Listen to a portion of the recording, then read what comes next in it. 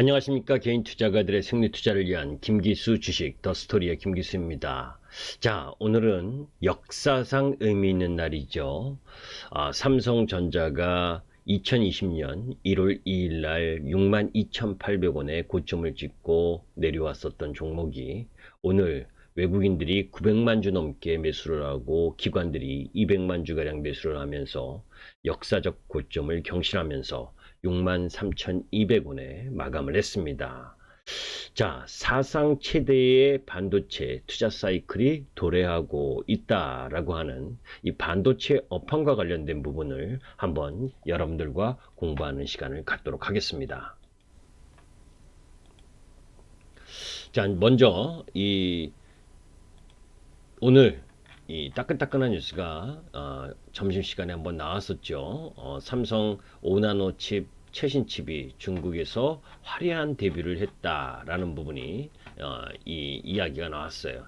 뭐 5나노와 관련된 이 최신 미세 공정, 그래서 모바일용 칩셋을 중국에서 처음으로 공개를 했다라는 내용, 뭐 이런 좋은 내용까지 나오면서 이 삼성전자에 대한 기대감을 확실히 갖고 있죠. 그런 가운데에서 삼성전자의 사실 시장으로 봤을 때 어제도 NTM 머니투데이 방송을 통해서도 이야기를 했지만 외국인이 전폭적인 매수세가 들어오게 되면 한국을 사는 거잖아요. 그죠? 그 한국을 사는 이유가 원화 강세의 흐름뿐만이 아니라 뭐 다른 쪽 라인 부분보다 우리나라에 투자하는 데 있어서 가장 기본적인 부분에 있어서 매수를 들어오게 되면 우리나라 대표주를 살 가능성이 높죠.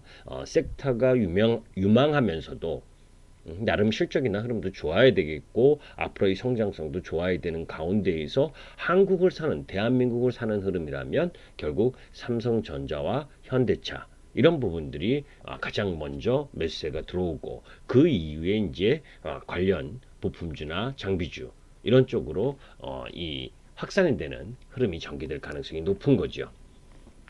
자, 그래서 오늘은 반도체와 관련된 부분, 이 부분에 대한 이 업황과 관련돼서 여러분들과 함께 공부하는 시간을 갖도록 하겠습니다. 자, 하나 리서치 센터에서 나온 최근 자료인데 사실 이 수주잔고들을, 그러니까 주요 기업들의 수주잔고를 보면 2021년에 테크 업황을 예상해 볼 수 있다라고 하는데 무라타는 분기별로 수주잔고를 업데이트해 주는데 과거 스마트폰 붐업식이라든지 서버 수요 급증기 당시 수주잔고가 증가했던 바가 있습니다. 사실 코로나19로 인해 일시적으로 하락했던 수주잔고는 최근 1년 내에 최고치를 기록하고 있어요. 무라타의 분기별 수주잔고 추이 왼쪽 그래프인데 그죠? 2018년에 피크를 쳤다가 서서히 감소하다가 요 최근 5G나 전장, 서버 이쪽 부분의 수요가 늘면서 지금 증가하는 모습들이 보여지고 있죠. 그죠?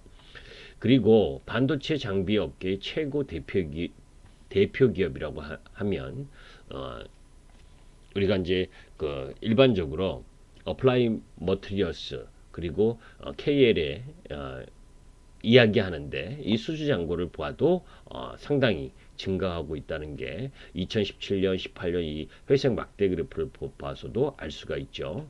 지금 현재의 모습은 이 파운드리 호황에 의해서 나타나고 있는 현상이다라고 보고 2021년 반도체 장비 업계는 초호황을 맞이할 것이라고 보고 있습니다.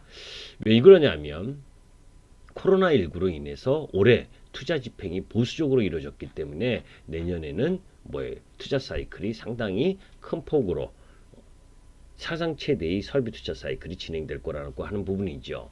자, 이제 서버 드램 쪽으로 보게 되면 최소 1년 이상의 호황 사이클이 다가온다라고 예측하고 있습니다. 현재 디램 업황에서 초미 관심사는 서버 수요의 회복 시점입니다. 결국 그 수요가 회복이 돼야 디램 가격도 반등할 수 있는 거죠, 지금. 자, 이제 서버 디램 가격 추이 및 전망을 보게 되면 서버 디램 가격이 2017년도와 18년 이 급격히 상승하다가 하락하는 흐름을 보여주고 지금은 정체 흐름 부분 속에서 나름 반등하려고 하는 타이밍에 놓여져 있죠. 자, 사실 2017년과 2018년 이렇게 디램 가격이 급등했었던 부분은 서버 디램의 초호황 사이클이 진행됐었기 때문이에요. 그때 그 당시에는 수요자와 공급자 모두 얼마만큼의 서버 디램이 필요한지 가늠하기 어려웠던 시절이었기 때문에 가격이 급등했지만 지금은 그전처럼은 아니겠어도 서서히 상승 사이클이 2021년부터 도래할 것이라고 바라보고 있는 부분입니다. 자, 반대로 이제 낸드 가격 부분에 있어서는 약세를 조금 더 지속할 가능성이 높다. 왜냐하면 이제 SK 하이닉스가 인텔 낸드 사업 인수로 경쟁사들의 투자 확대가 예상되기 때문이죠. 이제 경쟁 업체들끼리 이제 이 증산에 대한 흐름을 가질 거라는 이야기입니다. 삼성전자나 키옥시아 등 낸드 업계 1, 2위 업체들이 경쟁력 강화를 위해서 대규모 투자에 나설 가능성이 높아지는 흐름. 사실 주요 모바일 낸드 가격 추이는 계속해서 2018년부터 내려오고 있었던 추이였었죠. 이런 흐름이 조금 더 지속될 가능성은 있습니다. 자, 그럼에도 불구하고 낸드 수요는 그죠?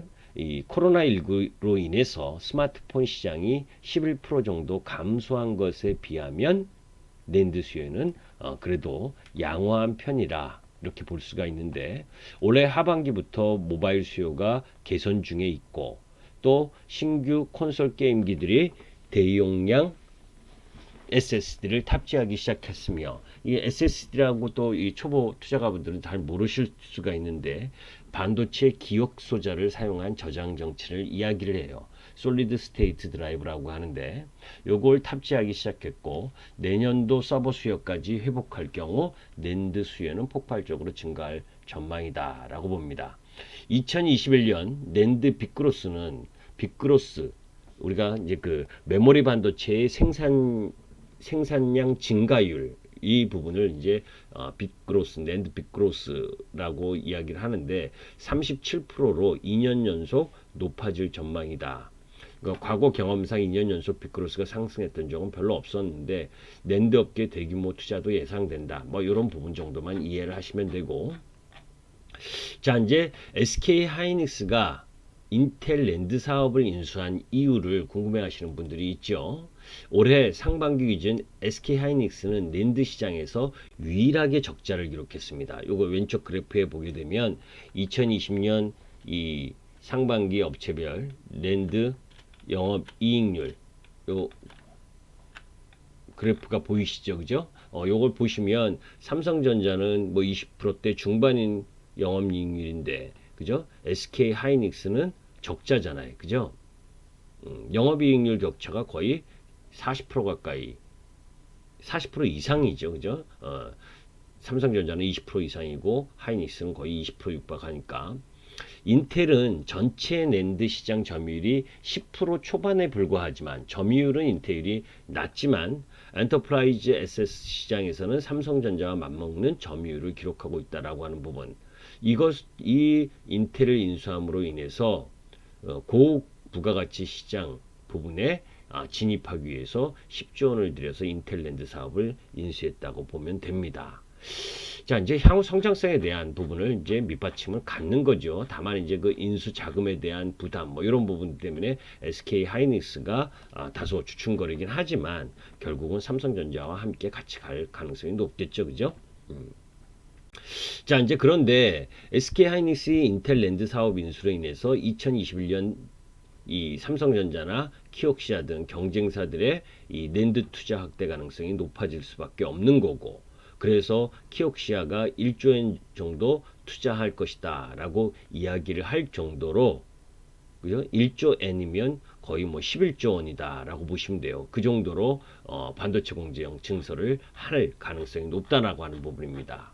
그렇기 때문에 사상 최대의 설비 투자 사이클이 온다는 거고 전 세계 반도체의 투자의 중심은 파운드리죠.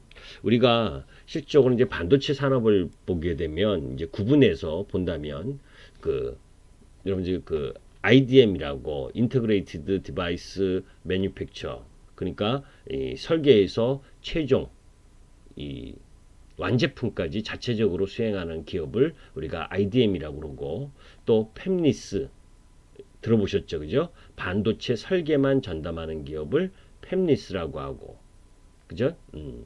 그리고 OSAT라고 아웃소스드 세미컨덕터 어셈블리 앤 테스트라고 하는데, 제가 저 영어 발음이 좀 안 좋아요. 그거 이해하시고 들으시고, OSAT는 이제 파운드리가 생산한 반도체의 패키징 및 검사를 수행하는 부분, 그런 기업, 이제 이렇게 이제 나누어지는 부분입니다. 뭐 이 파운드리는 여러분들 다 아실 거죠, 그죠? 반도체의 설계 디자인을 전문으로 하는 기업으로부터 제조를 위탁받아서 반도체를 생산하는 기업. 그러니까 생산만 하는 기업을 우리가 이 파운드리 업체라고 하고, 그죠? 그리고 우리 뭐 동부 하이텍 같은 경우도 이 그런 이 생산만 하는 기업이잖아요, 파운드리 업체. 자, 이렇게 이제 그런 이 전 세계 반도체 투자의 중심은 이제 파운드리에 있다라고 보시면 되는데, 지난 10여 년간 매년 200억에서 250억 달러 규모로 투자해오던 파운드리 시장이 올해를 기점으로 가파른 성장세를 나타내는데, 이 지금 파운드리 설비 투자 규모 추이 및 전망을 보시면 뭐예요? 2011년부터 2019년까지 거의 비슷하죠, 그죠? 막대 그래프가, 그죠? TSMC가 조금 2019년부터 증가하는 모습이 나왔고, TSMC를 제외한 부분에 있어서는 거의 비슷하다가 오히려 2019년에는 좀 줄어드는 부분. 그런데 2021년으로 가니까 TSMC의 이 증가폭보다 뭐예요? TSMC를 제외한 회사들의 증가폭이 훨씬 커지죠. 그죠? 그 정도로 지금 삼성전자를 비롯해서 이 TSMC에 대항하려는 기업들의 투자 규모가 급증하고 있다. 그리고 2021년, 2022년에는 더 설비 투자 규모가 증가할 것이다 라는 부분입니다. 스마트폰에 이어서 데이터 센터 그리고 전장 시장이 급성장함에 따라서, 그죠? 요 HPC용, 이 참 용어가 여러분들 이 낯선 부분들 많을 거예요, 그죠? 우리가 이제 이 용어 자체 부분을 다 이해하려면 어렵긴 한데, 그죠? 그래도 우리가 일정 정도 알긴 알아야 되잖아요, 그죠? 뭐 이 HPC용, ASIC, GPU, 그죠? 요런 부분들이 있는데, HPC라는 건 하이 퍼포먼스 컴퓨팅, 그러니까 이 고성능 컴퓨터를 이야기하는 거고, 또 ASIC는 어플리케이션 스페시픽 인티그레이티드 서큐트라고 해서 주문형 반도체, 그리고 GPU는 그래픽 처리 장치를 이야기를 하는 거예요. 이런 것들의 이 세그먼트들이 급부상하면서 파운드리 공급 부족 현상을 연출하고 있기 때문에, 이렇게 이 파운드리 중심으로 해서 투자를 지속할 가능성이 높다는 거고, 여기에 7나노 이하 파운드리부터 고가의 EUV 장비가 활용됨에 따라서 설비 투자 규모가 급증하는 흐름을 갖는다. 그러니까 이런 흐름들 때문에 지금 반도체 사상 최대의 설비 투자 사이클이 오고 있다라고 이야기를 하는 거죠. 자, 파운드리 전성시대의 승자는 누구인가? 현재까지 놓고 보면 TSMC가 파운드리 시장에서 단연 앞서가고 있다는 거 여러분들 다 알고 계실 겁니다. 그러나 삼성전자가 높은 자본력과 기술력을 바탕으로 빠른 속도로 추격에 나서고 있고, 앞으로 3년 이상 매년 100억 달러 이상을 투자하면서 시장 점유율을 끌어올릴 것으로 판단되고 있기 때문에, 시장이 성장할 수밖에 없고, 인텔조차도 계속해서 공정 개발 속도가 늦춰지고 있어서 2023년부터는 외부 파운드리에 의존할 가능성이 대두되고 있다. 왜냐하면 기술 격차 때문에, 그죠? TSMC를 보게 되면 이 TSMC나 삼성, 이 인텔, 이 그래프, 이 도표를 보시면 90나노 부분을 2005년에 함께 출발을 했다면, 그죠?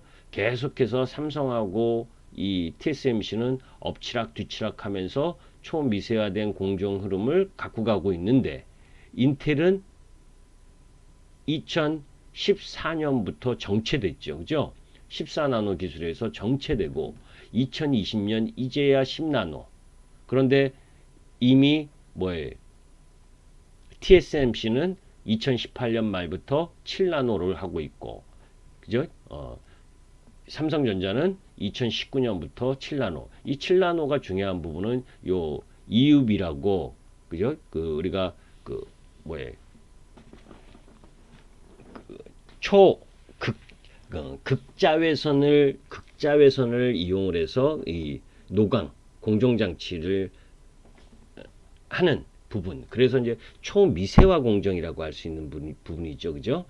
그런 기술력을 갖고 있는 부분이 지금 TSMC가 선행 기술을 가지고 있고 또 삼성이 같이 그 흐름을 따라가고 있는 중인데, 그죠? 5나노도 조금 뒤처지긴 했죠.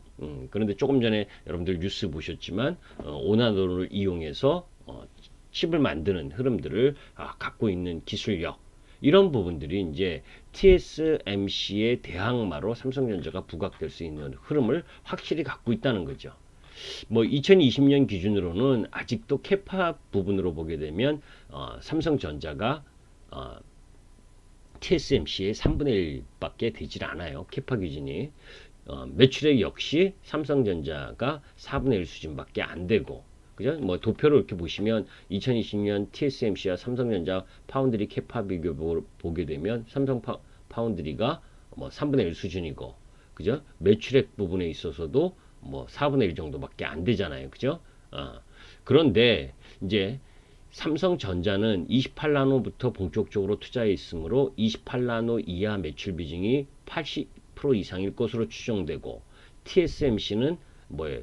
이 28나노 이하 매출 비중이 74% 수준. 그러니까 최첨단 공정으로 진화해 나갈수록 이 TSMC와 삼성전자의 격차는 축소될 가능성이 높다는 거죠. 여하튼 내년까지는 TSMC 우위가 지속될 가능성이 높다.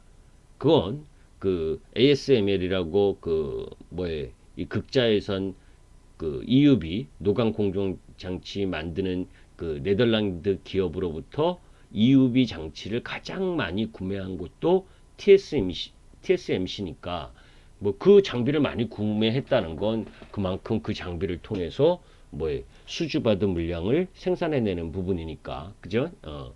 내년까지는 TSMC의 우위가 지속될 것이라고 보지만 삼성전자 역시 세컨 벤더로서 퀄컴, 엔비디아 등 대형 고객으로부터 수주를 받고 있고, 그죠? 그런 부분들을 확장해 나간다면 뭐에 이제 TSMC를 쫓아갈 수 있게 되겠죠, 그죠? 그런 가운데 후발주자의 강점이 있어야 될 거 아닙니까? 쫓아가려면 반도체 이 삼성전자의 장점은 토탈 솔루션이다. 삼성전자는 1위 DRAM 업체로서 초고속 인터페이스를 활용한 패키징 기술을 토탈 솔루션으로 제공한다는 것이 경쟁사 대비 차별적 우위에 있는 부분이다 라고 보시면 돼요. 자, 이제 그런 가운데에서 그러면 뭐예요? 삼성전자만 좋을 것이냐? 그렇지 않다는 거죠. 전 세계 후공정 업체들도 파운드리 생태계와 함께 동반 성장 중이다.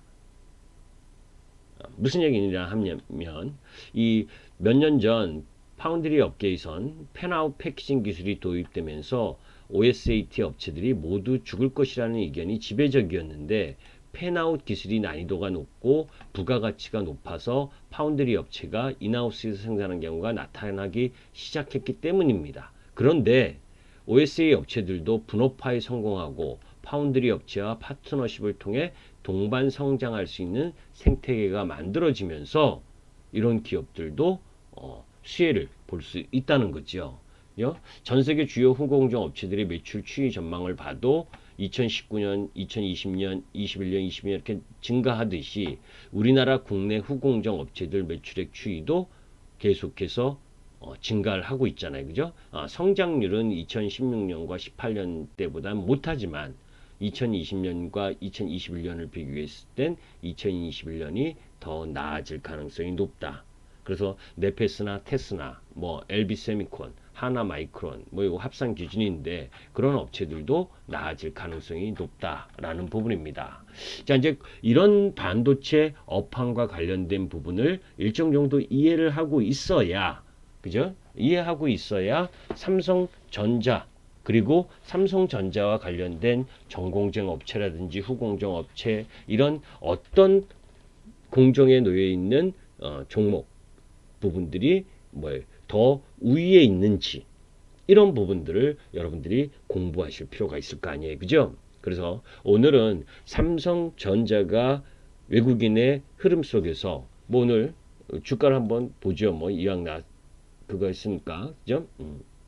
삼성전자가 오늘 수급적으로 보게 되면 이거 보시면 돼요. 이미 며칠 전부터, 그죠? 일봉상 흐름에서 이 추세, 뭐 그 부분은 삼성전자를 설명드릴 때 잘 이야기를 하도록 하고, 궁극적으로 뭐냐면 오늘도 900만 주를 샀습니다. 3일 전에 700만 주, 그리고 어제 400만 주, 거의 뭐 이 7일 동안 계속해서 매수를 했죠, 그죠? 11월 4일부터 계속해서 집중적으로 외국인들이 매수를 하고 있습니다. 그 외국인들이 매수한 금액으로 한번 보게 되면, 그죠? 뭐예요?